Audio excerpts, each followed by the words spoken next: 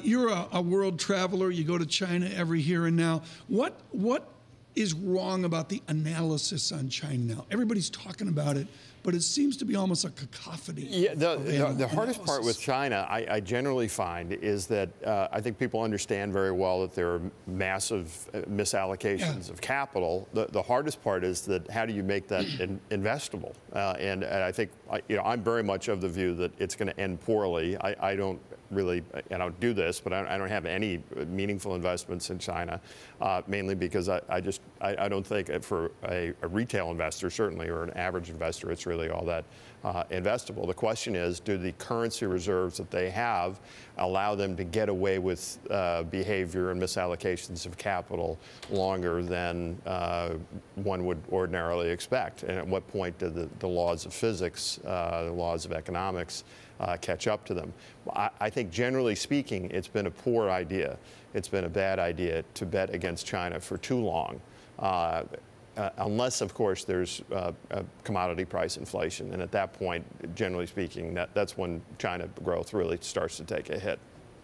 Right, but Jason, are you expecting volatility in the meantime? So you're talking, I'm imagining, but correct me if I'm wrong, that you're talking longer term. What happens in the next 12 months in China? Yeah, I would say Francine, that's absolutely right. I think in the shorter term, I would certainly expect to see a continued focus on volatility. I think the Fed isn't going to be making things a lot worse as it was last year. So, I mean, that helps. But again, my concerns are much more focused on what's going to happen on the longer term. In the shorter term, I think the Chinese authorities have the legal authority, the political authority, and the cash, frankly, to smooth over any sort of the short-term concerns that we see there now.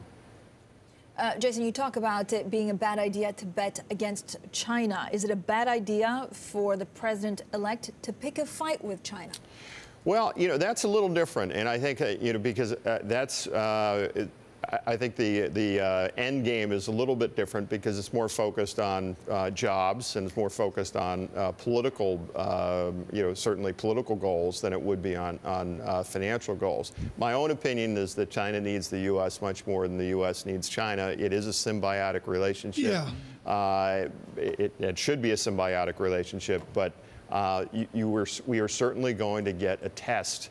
I think it's very clear that Donald Trump believes that the U.S. is not a first among equals, that it is the primary superpower in the world, and that will clearly, as Tom said, have butterfly wings with regard to policy. Jason, help me here. I liked your comments on reserves earlier. Here are China foreign exchange reserves, and it's amazing how this chart has developed over the years. Here's $1 million of reserves. Here's $2 million. Remember when we went through 2 million, Jason? Yep. And we couldn't believe it. The extrapolation of the glory days is out above $10 million in reserves. They're at 3 and fading. But the mystery, Jason, is we don't know what portion of that $3 gazillion is usable, do we? No, that's true. You don't know where the reserves are, what they're made up of, what's actually cash, what can be used to support the currency or to weaken the currency as it may be, depending on the time. But my own particular feeling is that right now that's sufficient to probably get China to their goals. But I also know that they've been losing reserves over the past year in their efforts to manage the economy. And so at a certain point, this will not work. And I'm not picking on China. I think every nation, maybe not the U.S. or a few others, but we never know really what the usable reserves are. Well, that's true in almost any financial institution, right? It's becoming a black box, and you don't know what quite is real capital and what's not until it's too late.